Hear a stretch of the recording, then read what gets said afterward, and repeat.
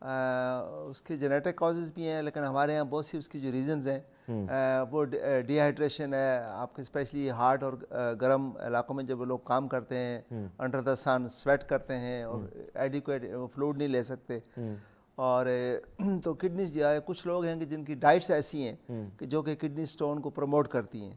جیسے کہ تو اب یہ جو لوگ ہیں جن میں پوٹینشیل ہوتا ہے کہ ان میں کڈنی سٹون بن سکتے ہیں، اس میں بھی جینیٹک کا ایک رول ہوتا ہے. لیکن اس میں ایسی ڈائٹس ہیں کہ جو کہ آپ ہائی آکزیلیٹ ایک چیز ہے جو کہ سٹون کا میجر کمپوننٹ ہے، اور بہت بڑے جو زیادہ سٹون ہوتے ہیں کڈنی کے، یوریٹر کے، بلیڈر کے، اس میں آکزیلیٹ سٹون، کیلشیم آکزیلیٹ کے سٹون ہی میجر سٹون وہ ہوتے ہیں جب اس کو بریک اپ کر کے اس کا انالیسس کرتے ہیں. اب جو آکزیلیٹ ہے یہ رچ ہے، ہمارے جو جتنے بھی ہمارے ڈرائی فروٹس ہیں اس میں وہ رچ ہے. ہمارا جو ہائی پروٹین جو ڈائٹ ہے، میٹ ہے، اس میں یہ رچ ہے آکزیلیٹ میں. ہمارے جو سافٹ ڈرنکس ہیں، اسپیشلی آج کل سافٹ ڈرنکس بہت پی جاتے ہیں، بہت زیادہ پی جاتے ہیں، تو soft drink also rich in oxalate. تو اسی طرح کافی جو ہے، کافی کا زیادہ استعمال، چائے زیادہ پیتے ہیں، ان میں بھی رسک زیادہ ہوتا ہے، جو ان میں بھی آکزیلیٹ اور جو کیفین ہوتی ہے وہ پروموٹ کرتی ہے. اسی طرح جو کچھ لوگ ہیں کہ جو کیلشیم والی خوراک کم لیتے ہیں، جس میں کیلشیم پروٹیکٹ کرتی ہے. بیسیکلی یہ ایک متھ ہے، لوگ سمجھتے ہیں کہ ہمیں کیلشیم والی چیزیں نہیں لینی چاہیے سٹون کے لیے. It's opposite actually. کیلشیم والی چیزیں آپ کو لینی چاہیے، ڈائٹ رچ ان کیلشیم، چونکہ یہ آکزیلیٹ کو کیلشیم آپ کی جو ہمارے آنتیں ہیں جہاں سے یہ ایبزارب ہوتی ہیں وہاں بائنڈ کر دیتی ہے. تو کیلشیم اور آکزیلیٹ بائنڈ ہو کے وہ ایکسکریٹ ہو جاتے ہیں. تو جیسے ملک ہے، لسی ہے، یہ جو چیزیں ہیں، چیز ہے، تو they are rich in calcium. تو ہمارے جیسے طرح جو فروٹس ہیں، اسپیشلی جو گرین فروٹس ہیں، وہ they are also rich in calcium. وہ تو لینے چاہیے، وہ لینے چاہیے. ہاں جی. اور اسپیشلی جن لوگوں میں اگر ہسٹری ہے سٹونز کی، فیملی ہسٹری ہے، یا ان کو پہلے کبھی سٹون ہوا ہے اور وہ اب چاہتے ہیں کہ مزید سٹون نہ ڈیولپ ہوں، تو ان کو اپنی ڈائٹ پہ خاص توجہ دینی چاہیے کہ پانی کی کمی نہ ہو. اسپیشلی اگر ان کو سٹون ڈیولپ ہو چکے ہیں پہلے، تو اتنا پانی پئیں کہ ان کا یورین کا کلر ایسے ہو جیسے پانی ہوتا ہے. اچھا، اتنا ہاں جی، مقدار اتنا پانی پئیں، اتنا پانی پئیں کہ ان کا یورین کا کلر اتنا ہو. رات سونے سے پہلے ضرور پانی پئیں، کیونکہ جب آپ سوتے ہیں تو آپ کا یورین کنسنٹریٹ کرتا ہے. تو جب یورین کنسنٹریٹ کرتا ہے تو پھر یہ کرسٹلز بننا کا جو عمل ہے وہ تیز ہو جاتا ہے، کیلشیم اور آکزیلیٹ کی. یعنی رات کو سونے سے پہلے گلاس 2 پانی پینا چاہیے، اسپیشلی وہ لوگ جن میں سٹونز پہلے بن چکے ہیں. اچھا سر، اب جو نارمل آدمی ہے اس کے لیے کتنے، یعنی اگر اس کو مسئلہ نہیں ہے لیکن ٹھیک ہے، صحت مند ہے، کتنا پانی ضروری ہے؟ ایک تو لوگ بہت سارے کہتے ہیں پانی پیتے جاؤ، تو کیا ضروری ہے کہ 20 گلاس بھی پی لیں بندہ؟ اوور ڈرنکنگ کا کوئی فائدہ نہیں ہے. اچھا، نیچر نے ایک انتظام رکھا ہوا ہے انسان کے اندر کہ جتنی آپ کی پانی کی ضرورت ہوتی ہے اس حساب سے آپ کو پیاس لگتی ہے. اچھا، تو جب آپ اپنے آپ کو پیاس لگ رہی ہے تو ضرور پئیں، تھوڑا سا زیادہ پئیں، ٹھیک ہے. لیکن یہ کہ اگر آپ کو پیاس نہیں ہے اور موسم بھی ٹھنڈا ہے اور آپ پانی پہ پانی پیے جا رہے ہیں تو اس کا کوئی فائدہ نہیں ہے، نقصان ہی ہے. وہ آپ کو بار بار واش روم جانا پڑے گا. بلکہ ایک اسٹڈی ایسا بھی ہے کہ اوور ڈرنکنگ اور اوور ہائیڈریشن کی وجہ سے، چونکہ کڈنی کو پھر زیادہ کام کرنا پڑتا ہے، یورین تو کڈنی سے بنتا ہے، تو you are overstressing your kidney by drinking too much water. اچھا ڈاکٹر خلیل محمد صاحب، ایک اور چیز جو میں چاہتا ہوں کہ اس ٹاپک پہ بھی بات کریں، یہ چیریٹی کا خیال کیسے آپ کو آیا؟ ظاہر بات ہے آپ ایک اسپیشلسٹ ہیں، آپ کا پیشہ ہے، تو کوئی چیز ایسی قریب سے دیکھی یا کسی پیشنٹ کو دیکھا کہ پھر آپ نے سوچا کہ یہ والا کام بھی ہم کریں تو اچھا ہوگا؟ میں چاہتا ہوں کہ اس ادارے کا نام بھی آپ لے لیں. جی، ایسا ہے کہ میں جب میں نے پوسٹ گریجویشن کی اور میں چلا گیا سعودی عرب. اچھا، تو میں نے وہاں پہ مجھے جاب ملا کڈنی کی جو ڈپارٹمنٹ ہوتا ہے، نیفرولوجی ڈپارٹمنٹ. حالانکہ میں میڈیکل اسپیشلسٹ کے طور پہ گیا تھا، لیکن بائی ڈیفالٹ مجھے ایک اچھے ہاسپٹلز میں کڈنی کے شعبے میں جاب ملا. تو جب میں نے وہاں دیکھا کہ مریض ہیں جو کہ جن کے کڈنی فیلر ہوتے ہیں، الٹیمیٹلی ان کو اپنے زندہ رہنے کے لیے ڈائلسس کرانے پڑتے ہیں، بڑی میزریبل کنڈیشنز ہوتی ہیں. تو پھر میرا دل کیا کہ میں اسی میں اسپیشلائزیشن کروں، اور پھر میں نے اس میں اسپیشلائزیشن کی کڈنی ڈیزیزز میں. میں نے سیکنڈ فیلوشپ کی وہیں پہ رہتے ہوئے سعودی عرب. اور پھر اپنے جو ہمارے حلم خیال دوست تھے ان کے ساتھ مل کے ہم نے ایک فورم بنایا وہاں پہ جدہ میں، پاکستان ویلفیئر سوسائٹی کے نام سے. اور وہاں پہ ہم نے فری میڈیکل کیمپ کا سلسلہ شروع کیا. وہاں پہ ہمارے جو پاکستانی مزدور اور جو لو انکم گروپ ہے، وہاں میڈیکل ٹریٹمنٹ بڑا ایکسپینسو ہے، تو ہم ان کو فری میڈیکل کیمپ میں فری دوائیاں دیتے تھے, فری چیک اپ کرتے تھے. یہ شروعات وہاں سے ہوئی؟ وہاں تھے جب تھے. اب وہ سلسلہ ابھی بھی چل رہا ہے, وہ کار خیر کا سلسلہ ابھی بھی. ہمارے کو 400 میڈیکل کیمپ وہاں پہ ہو چکے ہیں پاکستانی کونسلیٹ جدہ میں. جی انہوں نے ہمیں جگہ دی ہوئی تھی, تو ہر 15 دن بعد ہماری ڈاکٹر کمیونٹی اور باقی لوگ آتے تھے, تو ہم فری لوگوں کا چیک اپ کرتے تھے. تو وہیں پہ مجھے رہتے ہوئے خیال ہے کہ ہمیں اپنے بیک ہوم یعنی پاکستان میں یہ جو بیماریاں ہیں نا, جو کہ جان لیوا بیماریاں ہیں اور پھر ساری زندگی آپ کا ساتھ نہیں چھوڑتی, ان کا جو علاج ہے وہ بڑا ایکسپینسو ہے. جس میں ایک کڈنی فیلئر ہے کہ اگر آپ کے ایک دفعہ گردے فیل ہو جاتے ہیں تو پھر آپ کو ساری زندگی یا تو ڈائلسس پہ رہنا پڑتا ہے اور یا پھر آپ کو کڈنی ٹرانسپلانٹ کرانا پڑتا ہے. اس کے علاوہ اور کوئی آپشن نہیں بچتی آپ کے پاس, کوئی اور آپشن نہیں بچتی. اور یہ دونوں علاج ہی بڑے مہنگے ہیں. بڑے شہروں میں تو یہ پھر بھی موجود ہیں, جیسے آپ میٹروپولیٹن سٹی ہیں, لاہور ہے, اسلام آباد ہے, کراچی ہے. لیکن جو آپ ریموٹ ایریے میں چلے جائیں تو وہاں یہ سہولتیں جو ہے نا نہ ہونے کے برابر ہیں. وہاں بیچارے لوگوں کو جو ہے اس علاج کے لیے, جیسے ہم نے ایبٹ آباد میں وہ علاقہ چوز کیا, وہ پورے ناردرن ایریا کو سپورٹ کرتا ہے. اچھا زبردست. تو ہم نے وہاں پہ یہ پاکستان کڈنی سینٹر کے نام سے ادارہ بنایا. 2015 میں اس کی اوپننگ ہوئی. ڈاکٹر ایکو خان نے اس کا سنگ بنیاد رکھا تھا 2012 میں, اور 2015 میں ہمارا یہ ہاسپٹل آپریشنل ہو گیا. اور اس کی ساری فنڈنگ ہم نے سعودی عرب اپنے جو اوورسیز پاکستانیز تھے انہوں نے کی. یعنی فنڈنگ وہاں سے ہوتی ہے آپ کو؟ ہاں جی, وہاں سے ہوئی جب اس کو ہم نے کنسٹرکشن کی. اب ہمارے باقی بھی چیپٹرز بن گئے ہیں, ابھی ہمارے یو کے سے بھی ہمارے اوورسیز پاکستانی سپورٹ کرتے ہیں. تو بیسیکلی مجھے یہ بتائیں کہ اب یہ جو ہاسپٹل ہے ایبٹ آباد والا, اس میں کتنے پیشنٹ ہوں گے, کتنوں کی ٹریٹمنٹ ہوتی ہے, اور ان سے کتنا پیسہ کیا لیا جاتا ہے, کتنا قسم کا کیا سہولیات آپ کا یہ ہاسپٹل؟ ظاہر بات ہے چیریٹی کا تو فری ہوگا, لیکن میں چاہتا ہوں کہ آپ ساری باتیں ہمیں بتائیں آج, کیونکہ بہت سارے لوگوں منتظر ہوتے ہیں آپ جیسے. میں سمجھتا ہوں آپ جیسے فرشتوں کی, آپ کو رب نے ایک ایسے کام پہ لگا کہ آج کل لوگ اپنی ذات کا ہی سوچ رہے, لیکن آپ جیسے عظیم شخصیت, میں کہوں گا ایک مہان لوگ جو دوسروں کی زندگی کے بارے میں سوچتے. تو سر اس حوالے سے بتائیے کہ کتنے بیڈز ہیں, کتنے پیشنٹ اب تک ٹھیک ہوئے ہیں, کیا کیا وہاں پہ ٹریٹمنٹ ہوتی ہے؟ جی ہمارے پاس جو ڈائلسس یونٹ ہے, جب ہم نے شروع کیا تو ہمارے پاس 14 ڈائلسس مشینیں تھیں جو لوگوں نے ڈونیٹ کی. اور پھر جب ہم نے دیکھی کہ ہمارے پاس بہت پیشنٹ آ رہے ہیں اور غریب لوگ ہیں جو کہ ڈائلسس افورڈ نہیں کر پاتے, تو ہم نے پھر اپنے ڈونرز کو, اپنے دوستوں کو ریکویسٹ کی. پھر ہماری مشینوں کی تعداد بڑھتی گئی, لوگوں نے ڈونیٹ کی. ابھی at the moment we have 25 dialysis machine, اور وہ اس ریجن کا سب سے بڑا ڈائلسس یونٹ ہے. میں حیران ہوں ہاں جی, کیونکہ میں نے کمپلیکس میں دیکھا کہ اتنا ڈائلسس نہیں ادھر مشین ہے. میں انتظار کرتا تھا اپنے والد صاحب. ہاں جی, وہاں مطلب اب جو سب سے بڑا ایوب کمپلیکس ہاسپٹل ہے, وہاں پہ 8 یا 10 مشینیں ہیں جو کہ اکثر خراب رہتی ہیں, اور ان کے اپنے باقی اور بڑے ایشوز ہیں.